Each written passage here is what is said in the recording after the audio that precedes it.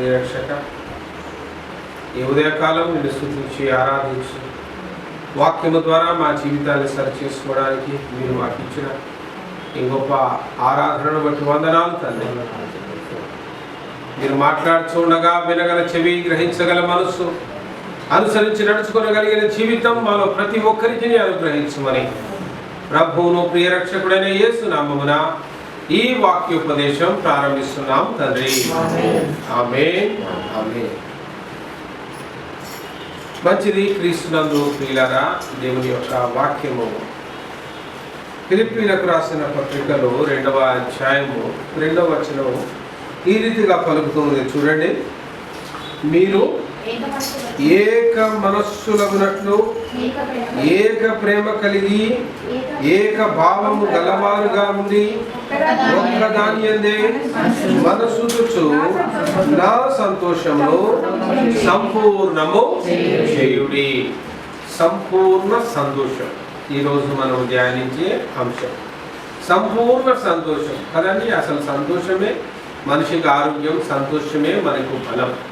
అయితే మరి ఆ సంఘ కాపరి, సంఘ సంస్థాపకుడు, సంఘ సేవకుడైన పౌలు గారు ఫిలిప్పీ సంఘంతో మాట్లాడుతూ ఏమంటున్నాడంటే, మీరందరూ ఏక మనస్సు కలిగి ఉంటే నాకు అదే సంతోషం అంటున్నాడు. ఏక భావము కలిగి ఉంటే నాకు అదే సంతోషం అంటూ ఉన్నారు. ఒకే ఆలోచన, ఒకే ఉద్దేశము, ఒకే తలంపు. అంటే సంఘంలో ఎవరైనా ఏదైనా ఒక మాట చెప్పారు అంటే మిగతా వాళ్ళు దాన్ని వ్యతిరేకించి గొడవ చేసి మరి సంఘంలో విభాగాలు చేయకుండా అందరూ కూడా ఒక మనసు కలిగి ఉండడం ద్వారా ఏమవుతుంది, చక్కగా సంఘ కార్యక్రమాలు ముందుకు పోతాయి, సేవా కార్యక్రమాలు చక్కగా సాగుతాయి, సమస్యలు ఉండవు. నా మాటే చెల్లాలి, నా మాటే చెల్లాలి అని పెత్తనాలు పెట్టుకుంటే ఏ పని జరగదు. కాబట్టి ఇక్కడ మనమందరము క్రీస్తును ప్రకటించడం కోసం ఉన్నాం సంఘములో. కాబట్టి మనకు ఒకే భావం ఉండాలి, ఒకే ఉద్దేశం ఉండాలి, ఒకే మనసు ఉండాలి తప్ప వేరే ఆలోచనలు ఉండకూడదు. మీరు అలా ఉంటే నా యొక్క సంతోషం సంపూర్ణమవుతుంది అంటున్నారు. కాబట్టి సంతోషము సంపూర్ణం కావాలి అంటే మనం ఏక మనస్సును, ఏక భావమును కలిగి ఉండాలి.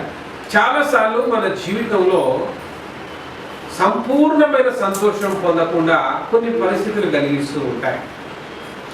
మనమే మన సంతోషాన్ని పాడు చేసుకుంటాం, మన ఆనందాన్ని మనమే పాడు చేసుకుంటాం. అలా ఎలాంటి పరిస్థితులు మన సంతోషాన్ని పాడు చేస్తాయి, ఎలాంటి పరిస్థితులు మనం ఆనందించకుండా మన యొక్క సంతోషము సంపూర్ణం కాకుండా అడ్డుపడుతూ ఉంటాయి అనేది ఈరోజు బైబిల్ గ్రంథంలో నుంచి మనం నేర్చుకుందాం. ప్రసంగి గ్రంథము 3వ అధ్యాయము 1వ వచనంలోకి మనం వెళ్తే, ప్రతిదానికి సమయము కలదు అని అంటాడు కదా. 2వ వచనంలో పుట్టుటకు చచ్చుటకు ఏముందండి? పుట్టుటకు చచ్చుటకు అంటే ఒక వ్యక్తి పుట్టడానికి ఒక టైం ఉంది, చావడానికి కూడా ఒక టైం ఉంది. ఆ నిర్ణయ కాలాలు మనకు తెలియదు. ఎందుకంటే పుట్టించువాడు ఆయనే, ప్రాణం తీసుకుపోయేవాడు ఆయనే. కాబట్టి పుట్టుట చచ్చుట దేవుని యొక్క వశం. 8వ అధ్యాయం 8వ వచనంలో కూడా ఒక మాట ఉంటుంది, మరణ దినము ఎవరికి నీ వశము కాదు. అంటే ఒకటి చంపాలనుకుంటే మనల్ని చంపలేడు, ఒకటి ఏదైనా చేయాలనుకుంటే వాడు చేయలేడు. దేవుడు పర్మిషన్ ఇవ్వాలి వాడికి. సరే కానీ వీని శ్రమకు అప్పచెప్దాం, సరే కానీ వీని యొక్క పరిస్థితికి అప్పచెప్దామని దేవుడు ఏం చేస్తాడంటే కొన్ని పరిస్థితులను అప్పచెప్తూ ఉంటాడు. అసలు ఎవడో చంపాలనుకుంటే నువ్వు చావడం అసంభవం. అదేముంది, మరణం ఎవరి వశమునో కాదు. ఉందా లేదా? అది ఎవరి వశమో కాదు, ఎవడు నిన్ను చంపలేడు.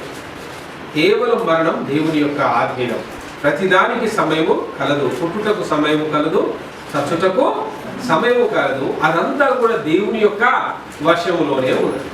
మరి దేవుని వశంలోనే మనం పుట్టుకుంది, దేవుని వశంలోనే మన చావు ఉంది. మిగతా జీవితమే మన చేతుల్లో ఉంది. అవునా? ఈ జీవితాన్ని ఆనందించాల్సిన బాధ్యత ఎవరిది? మనదే, దేవుని కాదు. దేవుడు ఇచ్చాడు, సంతోషంగా బతకండి అని దేవుడు జీవితాన్ని ఇచ్చాడు.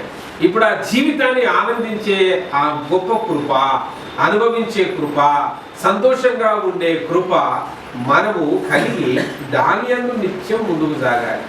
దేవుని కలిగి ఉంటే వాడి జీవితాలు సంతోషంగా నిండి ఉంటాయి. అయితే ఇట్లాంటి గొప్ప సంతోషము, గొప్ప ఆనందం మనం కలిగి ఉండకుండా మనం ఏం చేసుకుంటా ఉంటాం? సమస్యలను వెతుక్కుంటూ ఉంటాం, బాధల్లోకి వెళ్తూ ఉంటాం. మన సంతోషాన్ని పాడు చేసే కొన్ని విషయాలు ఈరోజు బైబిల్లో నుంచి మనం నేర్చుకుందాం అనుకున్నాం కదా. యోహాను రాసిన మొదటి పత్రిక 3వ అధ్యాయము 15వ వచనాన్ని చూడండి. యోహాను రాసిన మొదటి పత్రిక 3వ అధ్యాయము 15వ వచనం. తన సహోదరుని ద్వేషించువాడు నరహంతకుడు, ఏ నరహంతకుని యందును నిత్య జీవం ఉండదని నేను ఎరుగుదును. హల్లెలూయా. యేసయ్యకే మహిమ కలుగును గాక. ఆమేన్. ఆ సంగతి మనకు తెలుసు. నరహంతకులకు నిత్య జీవం లేదు అంటే నరహంతకులు పరలోకానికి రాదు. అదేంటండి, మేమేం హత్య చేశాము, ఎవరిని హత్య చేశామంటే ద్వేషించడం హత్యతో సమానం అంటున్నారు కదండి. మనం ఎవరినైనా వాడికి నాకు పడదు, వాడి నాకు కుదరదు. దేశం దేశం అంటే ఏంటంటే నాకు వాడి సెట్ కాదే, నేను రానేరాను వాడికి, నేనేది వచ్చే సమస్య లేదు, అంత ద్వేషం. ఏదిరా ఏం చేసాడు అంత హాని నీకు వస్తే మొన్న వస్తే పట్టించుకున్నాడా ఆ మాత్రం దానికి. వాడు ఏదో బిజీగా ఉన్నాడు ఫంక్షన్లో, పట్టించుకోలే. ఆ పట్టించుకున్న దానికి వాడు మనసు నిండా పగబెట్టేసి చేసుకుంటాడు. వాడికి నాకు కుదరదు, నేను రాని, ఇంకొకసారి వాడి ఇంట్లో కాలు పెట్టేది. అంత మనసులో ద్వేషం పెంచేసేసుకుంటారు. ఇప్పుడు నువ్వు ద్వేషం పెంచుకోవడం ద్వారా నీ సంతోషం నువ్వు కోల్పోయావు. వాడికి ఏమన్నా అయిందా? అయిందండి. ఉదాహరణకు నీ మీద నాకు ద్వేషం ఉందనుకో, నీ మీద నాకు ద్వేషం ఉండడం ద్వారా నేను బాధపడుతున్నా, నా సంతోషం నా ఆనందాన్ని నేను కోల్పోతున్నా. కానీ అసలు నాకు ఇట్టుందన్న సంగతి నీకు తెలియనే తెలియదు. అలాంటప్పుడు నువ్వేమనుకో మంచిగా సంతోషంగా తిరుగుతూనే ఉంటావు, నీ పని చేసుకుంటూనే ఉంటావు, ఆయన ఉద్యోగానికి పోతూనే ఉంటావు, పనికి పోతూనే ఉంటావు, సంపాదించుకుంటూనే ఉంటావు, నలుగురితో నవ్వుతూనే ఉంటావు. కానీ నిన్ను ద్వేషించడం ద్వారా నేనే నష్టపోతున్నా. కాబట్టి మన తోటి సహోదరులని, మన తోటి వారిని మనం ద్వేషించడం ద్వారా మన యొక్క సంతోషము సంపూర్ణము కాదు. మన సంతోషాన్ని మనమే పాడు చేసుకుంటున్నాం. కాబట్టి ద్వేషం చాలా ప్రమాదం. ద్వేషం ఒక హత్యతో సమానం అంటూ ఉన్నాడు. జాగ్రత్త. నువ్వు చంపేశావు, నీ మనసులో వాడిని ఏం చేశావు? చంపేశావు. నేనన్నట్లే ఆ మాట బైబిల్లో ఉంది. ద్వేషించువాడు నరహంతకుడు. ఉందా లేదండి? ద్వేషించువాడు నరహంతకుడు. నరహంతకుడు నిత్య జీవములో చేరరని మీరు ఎరుగరా. వాడికి పరలోకము లేదు. చిన్న ద్వేషం. జాగ్రత్త ప్రియులారా. ద్వేషిస్తున్నామేమో, తోటి వారిని ప్రేమిద్దాం, చేతనైతే ప్రేమిద్దాం. మనం మంచోళ్ళమని వేసే ప్రేమించాడండి కాదుగా. మనం చెడ్డోళ్ళమని తెలిసి కూడా ఆయన ఎంతగా ప్రేమించాడంటే తన ప్రాణాన్ని ఇచ్చేంతగా మనల్ని ప్రేమించాడు. ద్వేషం ఒకటే కాదట, మరొక విషయం ఉంది మన సంతోషాన్ని పాడు చేసేది. మత్తయి సువార్త 6వ అధ్యాయం 15వ వచనాన్ని ఒకసారి చూడండి. మత్తయి సువార్త 6వ అధ్యాయం 15వ వచనం.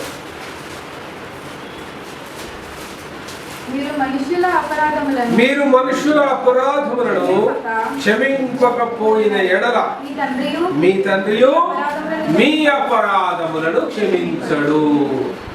దేశం ఒకటే కాదు, రెండోది అపరాధాలు. అపరాధం అంటే తప్పిదాలు. మనమందరం మనుషులం ఉన్నప్పుడు మనకు తెలిసి తెలవక కొన్ని పరిస్థితుల్లో ఏం చేస్తాం? కొన్ని అపరాధాలు చేస్తాం, తప్పులు చేస్తాం. Mistakes will happen with every one. లేకపోతే నేను తప్పులే చేయనండి, నేను చాలా నిక్కచ్చా నీతిమంతునంటే ఇక నీ అంత పచ్చి అబద్ధికుడు మరొకడు భూమి మీద లేడు. We are human beings. మనుషులు. మనకు కోరికలు ఎక్కువ ఉంటాయి. తిండి విషయంలో తప్పు చేస్తాం కాబట్టి రకరకాల రోగాలు తెచ్చుకుంటాం. బీపీ షుగర్లు అనే రోగాలు ఏంటంటే అవి వచ్చిన రోగాలు కాదు, తెచ్చుకున్న రోగాలు. మన లైఫ్ స్టైల్ బాగాలేక. ఏంటి లైఫ్ స్టైల్? పాత రోజుల్లో మంచిగా అరెకరం వాకిలు ఉడిసేటోళ్ళు, సూర్యుడు లేవక ముందే లేసేటోళ్ళు, గట్టి పొలం పనులు చేసేటోళ్ళు, బస్తాలు మోసేటోళ్ళు, ఒళ్ళు గట్టిగా ఉంచేటోళ్ళు, ఎర్రటి ఎండలో కంకర మోసేటోళ్ళు, రాళ్ళు కొట్టేటోళ్ళు. ఇలాంటి బండ పనులన్నీ మానేసి ఇప్పుడు ఎట్లయిపోయిందంటే సుకుమారమైన జీవితం. 10 నిమిషాలు కరెంట్ లేకపోతే చచ్చిపోతాం. వాము గాలిలో రాయు చచ్చిపోతాం. అప్పుడు కరెంటే లేదు మనకి, కానీ ట్యూబ్లైటే లేదు. అవునా? రాత్రి అయిందంటే పడుకోవడం, సూర్యుడు వస్తే లేవడం, ఇంతకు మించి వేరేది. అంటే లైఫ్ ఎంత సిస్టమేటిక్ ఉండేదంటే టైంకి తినేవాళ్ళు, ఒళ్ళొచ్చి పని చేసేవారు, తినే ఆహారం కూడా కలుషితం లేని స్వచ్ఛమైన ఆహారం. ఇప్పట్లాగా కెమికల్ తిండ్లు కాదు కదండి, అన్ని పురుగు మందులు అవి పోసి పండించిన తిండ్లు కాదు. నువ్వు పీల్చే గాలి కలుషం, నువ్వు తాగే నీరు కలుషితం, తినే ఆహారం కలుషితం. కలుషితమైనవి అన్ని తిని చివరికి మనుషులు కూడా ఏమే కలుషితం, వాడి మనసు కలుషితం. అలాంటప్పుడు నేను తప్పు చేయను అంటే తప్పును చేస్తాను. తప్పు చేయడం గొప్ప కాదు, తప్పును సరిదిద్దుకోవడం గొప్ప. హల్లెలూయా, యేసుకి మహిమ కలుగును గాక.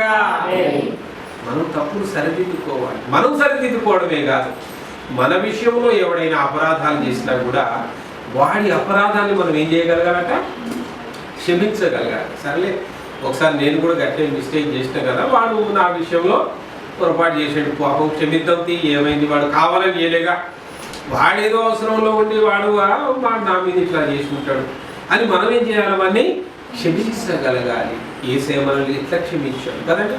ఎన్ని తప్పులు చేసినా, తప్పులు కాదు మనం చేసింది పాపాలు, అన్ని పాపాలను ఆయన క్షమించాడు. మరి మనం యేసయ్య బిడ్డలంగా ఇతరుల అపరాధములు క్షమించాలి. మనం క్షమించకపోతే నీ అపరాధములు కూడా క్షమించబడమంటూ ఉంది. క్రీస్తునందు ప్రియులారా, దేవుని యొక్క వాక్యం ఏమంటూ ఉంది అంటే, మన సంతోషము సంపూర్ణము కావాలన్నా మొట్టమొదటిది ద్వేషం అనేది తొలగిపోవాలి, మనలో ద్వేషం ఉండకూడదు. రెండవది అపరాధాల జోలికి పోకూడదు. తెలిసి తెలవక చేసే అపరాధాలు మన అయినా ఇతరులు అయినా మనం వాటిని క్షమించగలగాలి. మూడవది కొరింథీయులకు రాసిన మొదటి పత్రిక 5వ అధ్యాయము 6వ వచనము ఈ రీతిగా అంటుంది, చూడండి.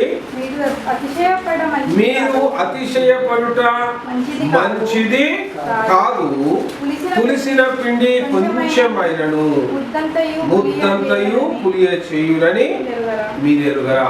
అతిశయం అంటే గర్వం, నేను పెద్ద ఇదిపో అనే గర్వం, నాది పెద్ద కులం, నాది పెద్ద ఉద్యోగం, నాకు పెద్ద ఆస్తి, నేను వీడికంటే పెద్ద, నేను వీడికంటే గొప్ప, నేను వీడికంటే ఉన్నతమైన స్థానం. దేవుడు నరులందరినీ ఒకేలాగా చేశాడు, అందరం మట్టితోటే కదండి. సస్తే అందరం వెళ్ళిపోతాం, ధనవంతులు వెళ్ళిపోతాడండి, పేదలు వెళ్ళిపోతాడు, అడక్క తినే బిచ్చగాడు, మెట్టగా కూర్చున్నాడు, పెద్ద రాజు, అందరం వెళ్ళిపోతారు. తిరిగినంతసేపే పెద్ద బంగ్లాలు, పెద్ద కార్లు. చచ్చిపోయిన తర్వాత అబ్బా ₹1,00,00,000 పెట్టి కారు కొనుక్కున్నాడు రా, ఈ కారు కూడా పొంద పెడదాం అంటాడా? వాడే పెడతాడు, కార్లు పెట్టాడు, కారు కావాలా, వాడు అక్కర్లేదు, అయిపోయాడు, ప్రాణము పోయింది కాబట్టి వాడు అక్కర్లేదు. చూడండి క్రీస్తునందు ప్రియులారా, దేవుని వాక్యం ఎంత చక్కగా బోధిస్తూ ఉందో. అతిశయపడుట మంచిది కాదు. అతిశయం ఎలాంటిదంటే పులిసిన పిండి లాంటిది. పులిసిన పిండి కొద్దిగానూ కూడా మొత్తం ప్రోగ్రాము నాశనం చేస్తుంది కదా. తెలుసా పులిసిన పిండి చిన్న పులుపు మంచి పెద్ద ప్రోగ్రాము నాశనం చేస్తాడు. బాగా ఏర్పాటు చేశాడు, గొప్ప బిందు పెట్టాడు, అంతా చేశాడు, పులుపు ఎక్కువ పోసాడు, చూసుకోకూడదు. ఏమి నువ్వు ఎంత గ్రాండ్గా చేసావు, 3 లక్షలు ఖర్చు పెట్టావు, మరి 10 ఏకలు కోసావు, ఇదంతా లెక్కలో ఏముంది రా, పులుపు పులుపు పులుపు మొత్తం దూరంతా పులిసిపోయా ఇవే ఉంటాయి. అంటే పులుపు అట్లాంటిది ఎంత గొప్ప బిందునైనా నాశనం చేస్తుంది. కాబట్టి కొద్దిగా పులిసిన పిండి పాలలో ఎంత వేస్తారండి, తోడు గింతంతా మొత్తం పాలను అయిపోతుంది, ఇక పాలుండవు, అదేమవుతుంది పెరుగుగా మారిపోతుంది. కాబట్టి ఈ పులిసిన పిండి ఏదైతే ఉన్నదో అది మంచిది కాదు. మన జీవితాల్లో పులిపిండి ఉండకూడదు. మనం మంచి కలిపిన ముద్దల, కలిపిన మంచి పిండిగా శ్రేష్టమైన వారంగా ఉండాలని దేవుని యొక్క ఆశ. అతిశయం అంటే గర్వం ఒక మనిషిని ఏం చేస్తుంది, పతనానికి నడిపించేస్తుంది. ఒక మనిషి గర్వపడ్డాడంటే వాడు ఏమైపోతాడండి, పడిపోతాడు. గర్వం వాడి యొక్క నాశనానికి ముందు నడుస్తుంది. అర్థమవుతుందా? గర్వం ఏం చేస్తుంది, ఒక వ్యక్తి యొక్క నాశనానికి ముందు నడుస్తుంది. కాబట్టి గర్విష్ఠుడు ఆనందించలేడండి. డబ్బు ఉంటుంది కానీ సంతోషం ఉండదు. గొప్ప ఆస్తి ఐశ్వర్యం ఉంటుంది కానీ వాడికి సంతోష ఆనందాలు ఉండవు. కాబట్టి అతిశయం మన సంతోషాన్ని ఏం చేస్తుందట, అసంపూర్ణం చేస్తుంది, పాడు చేస్తుంది. నీ యొక్క సంతోషము సంపూర్ణము కాదు. ఏమేమి నేర్చుకున్నారు? ద్వేషం నీ సంతోషాన్ని పాడు చేస్తుంది. ఇంకేం నేర్చుకున్నారు? అపరాధాలు నీ యొక్క సంతోషాన్ని పాడు చేస్తుంది. మూడవది అతిశయం అంటే గర్వం నీ సంతోషాన్ని పాడు చేస్తుంది. తిమోతికి రాసిన మొదటి పత్రిక 6వ అధ్యాయం 7వ వచనం ఈ రీతిగా అంటూ చూడండి. తిమోతికి రాసిన మొదటి పత్రిక 6వ అధ్యాయము 7వ వచనం. మనం ఈ లోకములోనికి ఏమీయో తేలేదు, దీనిలో నుండి ఏమీయో తీసుకొని పోలేము. ఆస్తి ఇవే కాదు, ఆస్తి కూడా ఒక వ్యక్తిని సంతోషంగా ఉండనియదు. బాగా సంపాదించే సుఖంగా బతకొచ్చు అని ఒకడు బాగా సంపాదించాడు. ఎంత బాగా సంపాదించాడు అని అంటే అసలు ఈ రోజుల్లో చాలామంది యవనస్తులు కూడా వయసు దాటిపోతా ఉన్నా కూడా పెళ్ళిళ్ళు చేసుకోవట్లేదు. ఎందుకు పెళ్ళిళ్ళు చేసుకుంటే లైఫ్లో బాగా సెటిల్ అయ్యా. ఏంట్రా సెటిల్ అవ్వాలంటే ఒక మంచి ఉద్యోగం, ఒక మంచి ఇల్లు, ఒక కారు, ఇవన్నీ కొనుక్కున్నాక పెళ్లి చేసుకుంటాడు. ఇవన్నీ కొనుక్కున్నాక పెళ్ళి అవుతుంది. అప్పటికి ఈ వయసు ఎంత అయిపోయింది? వస్తాయా 40-50 ఏళ్ళు వస్తాయా లేదా? 40-50 ఏళ్ళు కాదు పెళ్లి చేసుకుని ఏం చేస్తాడంటే 60కి చచ్చిపోతాడు. అంతేగా? కాబట్టి పెళ్లి చేసుకుంటే ఇప్పుడు ఆడ చచ్చిపోయినప్పటికీ ఆడ కొడుకో బిడ్డ వయసు ఎంత అవుతుంది? 10 ఏళ్ళ బిడ్డ. 10 ఏళ్ళ బిడ్డను పెట్టి వాడు చచ్చిపోయిందంటే ఈ బిడ్డను లోకానికి తెచ్చి ఆ బిడ్డకు ఎంత హాని కలిగించాడు? 10 ఏళ్ళ ఒంటరి ఆడపిల్ల ఏ రీతిగా లోకంలో బతకగలదు? ఆమె భవిష్యత్తు ఏంది? ఆమె చదువేంటి? మన పిల్లలకు నువ్వు బ్రతికుండగానే పెళ్లి చేయగలిగే స్థితిలో నువ్వు పెళ్లి చేసుకో. అందుకే పెళ్లిళ్ళ విషయంలోకి వస్తే మేమేమంటామంటే 25 ఏళ్ళు వచ్చిందా కథ పెళ్లి కావాలా మీరు చేసేసుకోండిరా అంటాము. ఎందుకంటే నీకు 25 ఏళ్ళు వస్తే రేపు నీ పిల్లలకు మళ్ళా 20-25 ఏళ్ళు వచ్చే సమయానికి నీకు ఒక 50 ఏళ్ళు ఉంటాయి. అంతే కదండి? 50 ఏళ్ళు అంటే చచ్చిపోయేంత ముసలోడివేమీ కావు. ఒంట్లో బలం ఉంటుంది. ఆ ఒంట్లో బలం ఉండగానే నీ పిల్లల పెళ్ళిళ్ళు నువ్వు చేయగలగాలి. ఆ రీతిగా మనం లైఫ్ను ప్లాన్ చేసుకొని ముందుకు సాగాలి. సంపాదించి సంపాదించి సంపాదించి అంటే అప్పుడు ఏముంటుంది? ఎవరు బిజీ పడికి అయిపోయింది. సంపాదన సంపాదన సంపాదన, ఆస్తి ఆస్తి ఆస్తి అన్నీ అయ్యే టైంలో జరుగుతాయండి. కాబట్టి పెళ్ళి కూడా జరిగే టైంలోనే జరగాలి. నేను ఇల్లు కట్టుకున్నాకే పెళ్లి చేస్తా, ఉద్యోగం వచ్చాకే పెళ్లి చేస్తా, మరి లైఫ్లో సెటిల్ అయ్యాకే పెళ్లి చేస్తా అంటే నువ్వు సెటిల్ కావు, నీ పెళ్ళి కాదు. చివరికి నువ్వు ఆలస్యంగా పెళ్లి చేసుకుని నీకు పుట్టిన పిల్లలకు నువ్వు అన్యాయం చేసిన అన్యాయస్తుడు అవుతావే కానీ అన్యాయస్తుడైన తండ్రిగా నీవు ఉండకూడదు. అంటే నేడు ఉన్న వయసు ఉండగానే, మంచి వయసు ఉండగానే, యవ్వన బలం ఉండగానే ఏం కావాలా? పెళ్ళిళ్ళు అయిపోవాలి. పెళ్ళైనాక ఇద్దరు కలిసి ప్లాన్ చేసుకోండి. చక్కగా భార్యాభర్తలు కూర్చొని అప్పుడు ప్లాన్ చేసుకోండి. మనం అందరం అట్లా చేసుకోలేదా? పెళ్ళికి ముందే ఫుల్గా సెటిల్ అయినాయా మన లైఫ్లో? ఏం లేవుగా. పెళ్ళైన దాకా భార్యాభర్తలు ఇద్దరం కలిసి పని చేసుకున్నాం. ఇద్దరం కలిసి ఇప్పుడు నేను డాక్టర్ గారు ఇద్దరం కలిసి హాస్పిటల్లో కూర్చునేటోళ్ళం. ఇద్దరం కలిసి మరి వైద్యం చేసేవాళ్ళం. ఒకే హాస్పిటల్లో పని చేసేవాళ్ళం. అట్లా మా ఇద్దరి యొక్క కెరియర్ జీవితాన్ని ప్రారంభం ఒకటే గది. అప్పుడు మాకు ఒకటే చిన్న గదిలో మా పెళ్ళైన కొత్తలో మేము ఉన్నది ఒకే గదిలో ఉండి మరి అట్లా వైద్యం చేసుకొని ఈ రోజుకు సొంత ఇల్లు అయింది, సొంత కార్ అయింది, పిల్లలు కూడా డాక్టర్లు చేసుకునే స్థితికి వచ్చాము. ఇవన్నీ ఒకటేసారి కొత్తయా రావు. ఇవన్నీ పెళ్లి చేసుకుంటా అంటే అయ్యన్నైనా నాకు 50 వచ్చింది. ఇప్పుడు చేసుకుని ఏం చేసేది. కాబట్టి ఇప్పుడున్న యవనస్తులకు నేను ఇచ్చే సందేశం ఇదే. పిచ్చి ఆలోచనలు పెట్టుకొని లైఫ్ సెటిల్ అయినాక పెళ్ళి అన్న మాట పక్కన పెట్టండి. పెళ్లి చేసుకోండి, ఆటోమేటిక్గా లైఫ్ సెటిల్ అయింది. హల్లెలూయా. యేసుకే మహిమ కలుగును గాక. ఇద్దరు కలిసి గుడ్డు చాకిరీ చేయండి, చెరొక్క చోట పని చేయండి, చెరో రూపాయి సంపాదించండి. మీకోసం కొంత, జీవితం కోసం కొంత, భవిష్యత్తులో పుట్టే పిల్లల కోసం కొంత ప్రణాళికతో ముందుకు సాగండి. ఆశ వచ్చిన తర్వాత గర్వం మాత్రం పొరపాటున రానియమాట. ఎందుకంటే నీకున్నా లేకున్నా నువ్వు కట్టేది, నువ్వు కలిసేది ఎక్కడ? మట్టిలోనే. ఆన్నే కలుస్తావు. నీ వెండి బంగారం మట్టిలోకి రాదు, నీ ఆస్తి ఐశ్వర్యం మట్టిలోకి రాదు. డబ్బు మీద ఉన్న సంపాదనతో చాలా మంది సంతోషాన్ని పోగొట్టుకుంటున్నారు. నిద్రాహారాలు అని డబ్బు డబ్బు డబ్బు డబ్బు డబ్బు అని ఒకటే తిరుగుడు, ఒకటే తిరుగుడు. ఒకటి భార్య అమెరికాలో పనిచేస్తుంది, భర్త లండన్లో పనిచేస్తాడు. ఎప్పుడు కలుసుకుంటారా నాయన? నువ్వు అమెరికాలో ఉంటావు, నువ్వు లండన్లో ఉంటావు, డబ్బు సంపాదన కోసం. మొన్న ఒక పెళ్లి సంబంధం వాళ్ళు అడుగుతా ఉన్నారు, మావుడు అమెరికాలో ఉన్నాడండి, అమ్మాయి కావాలండి అంటే మరి పెళ్లి చేసుకున్నాక అమ్మాయిని అమెరికా తీసుకుపోతాడా లేకపోతే మరి అబ్బాయి వచ్చి ఇండియాలో ఉంటాడా? ఒక క్లారిటీ అడిగారు. అదేం లేదండి, పెళ్లి చేసుకుంటాడు, ఓ వారం 10 రోజుల్లో మళ్ళీ అబ్బాయి అమెరికా వెళ్ళిపోతాడు, మళ్ళీ సంవత్సరం తర్వాత మళ్ళీ వస్తుంది ఇక్కడికి. అంటే మరి ఈ అమ్మాయి ఏం చేయాలంటే ఏం చేసేదే ఉంది, అత్తమామల దగ్గర ఉంటుంది. అంటే పెళ్లి చేసుకుని వీడు అమెరికాలో ఉంటే ఇవి అత్తమామలకు కప్పులు తవ్వుకుంటా కాఫీలు అందించుకుంటా, అంటే వీడు చేసుకునేది ఏమని పని మనిషిగా అత్తమామలకు సేవ చేయడం కోసం ఒక పని మనిషిగా పెట్టుకుంటున్నాడు. కానీ సాటి అయిన సహకారిగా నాతో జీవించాలి అని వీడి మేము తీసుకొని అమెరికానే కన్నా పోవాలా, వాడు అక్కడి నుంచి వచ్చి ఈమెతో అని ఉండాలి. ఆ వీసా ప్రాసెసింగ్ కోసం 2 వారాలు 1 రోజులు అంటే సమస్య లేదు. కానీ లైఫ్ టైం సెటిల్మెంట్ డబ్బులు అండి, మరి డబ్బులు దేనికోసం? సుఖం లేని డబ్బు లేదు. కానీ వాడొక్కడ కాపురం, ఈ పిల్ల ఒక్కడ కాపురం పెట్టేదానికి అసలు అది పెళ్ళా, అదొక కాపురమా, అదొక డబ్బా, అదొక ఆశ? ఎక్కడ ఆలోచనలు? మనుషుల ఆలోచనలు డబ్బు పిచ్చితోటి పెద్ద పెద్ద దూర ప్రాంతాల్లో దూరపు సంబంధాలు గొప్ప అనుకొని బాగా జీతాలు వస్తాయి, బాగా లక్షల్లో సంపాదించుకొస్తారు. ఏముందండి, గట్టిగా సంపాదించుకొచ్చినాక ఇండియాలోనేగా బతికేది. వస్తాడు 40 ఏళ్ళకి వస్తారు ఇండియాలో అప్పుడు కాపురం మొదలు పెడతారు. అప్పటికి చెప్తారు డాక్టర్ దగ్గర పోతే పిల్లలు పుట్టరండి, వయసు అంతా అయిపోయింది కదా, పిల్లలు పుట్టరు. మరి ఇప్పుడు ఏం చేయాలా? నీ గుడ్డు తీయాలా, వాడి గుడ్డు తీయాలా, 2 గుడ్లని దాంట్లో కుదిగేయాలి. IVF అర్థమైందా? Test tube baby. ఈ మెకానికల్ బేబీ మళ్ళీ మెకానికలే. ఏమైతే ఆ మెకానిక్ పుట్టేదాకా గ్యారెంటీ ఉండదు. 4 అబార్షన్లు. పుట్టిన వాడు 1 కేజీన్నర పుడతాడు. మళ్ళా వాడిని హాస్పిటల్లో ఇంటిబేషన్లో పెట్టి మళ్ళా వాళ్ళ కోసం హాస్పిటల్లో చుట్టూ పెట్టుకోవడం ఏం దరిద్రం అండి ఇదంతా. హాయిగా ఉన్న కాడుండి అడ్డ మీద నిలబడ్డ రోజుకి 500 కూలి వస్తుంది కదా కదండి. కూలికి పోయినా చాలు కదా, ఎవరికి కావాలా ఆస్తి?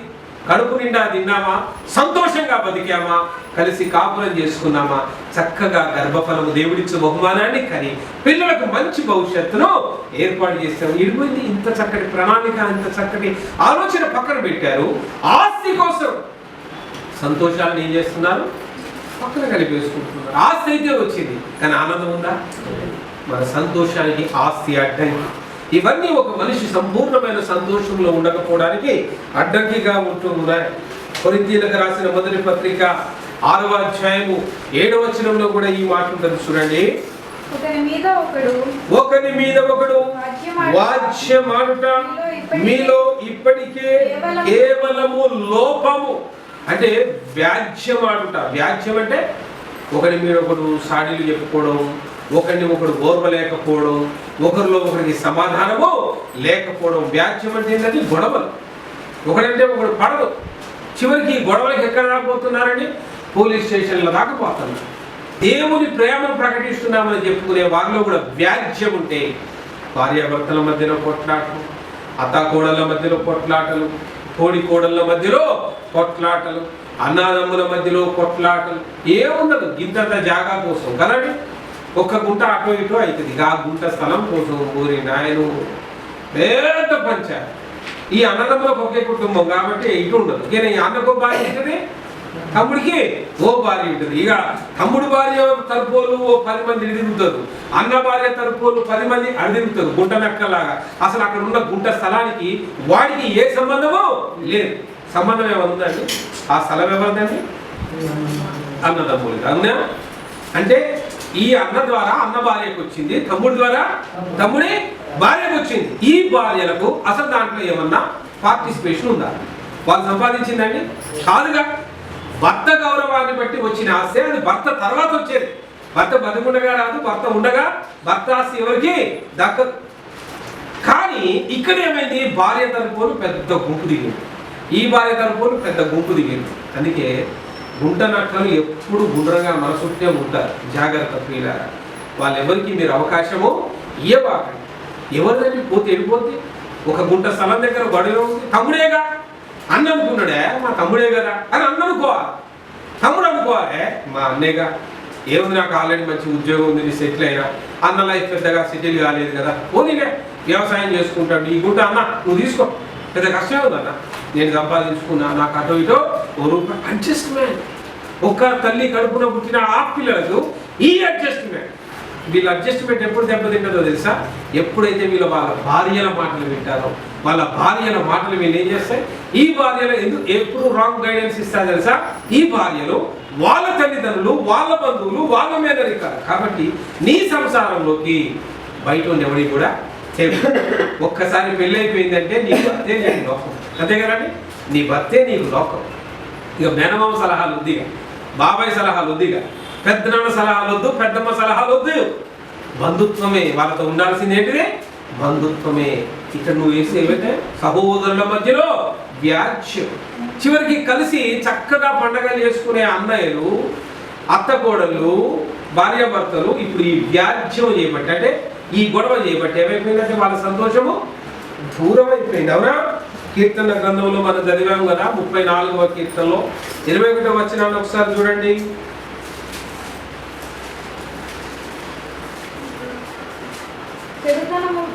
చెడుతనము భక్తిహీనులను సంహరించును. హల్లెలూయా. చెడుతనము భక్తిహీనులను సంహరించును. మన ఆనందాన్ని మనకు దూరం చేసేది మరొకటి ఏంటంటే చెడుతనం. మనలో ఉన్న చెడ్డ ఆలోచనలు, చెడ్డ కోరికలు, చెడ్డ తలంపులు, మనకున్న చెడు అలవాటు. తాగుబోతుడు తాగి తాగి తాగి చివరికి అది ఏమైందండి ఒక చెడు అలవాటుగా మారిపోయింది. ఏదో సరదాగా మొదలు పెడతారు, ఎవడు బానిసవ్వాలని మొదలు పెడతారు. కొద్దిమందికి ఒక టైం వచ్చిన తర్వాత ఈజీగా మానేయగలరు. ఇప్పుడు నా బాధ్యతలు పెరిగినాయి, నా పిల్లలు అయిన, మరి నా పిల్లల ముందు నేను తాగుతూ ఉంటే వాడు తాగుబోతుగా మారుతాడు.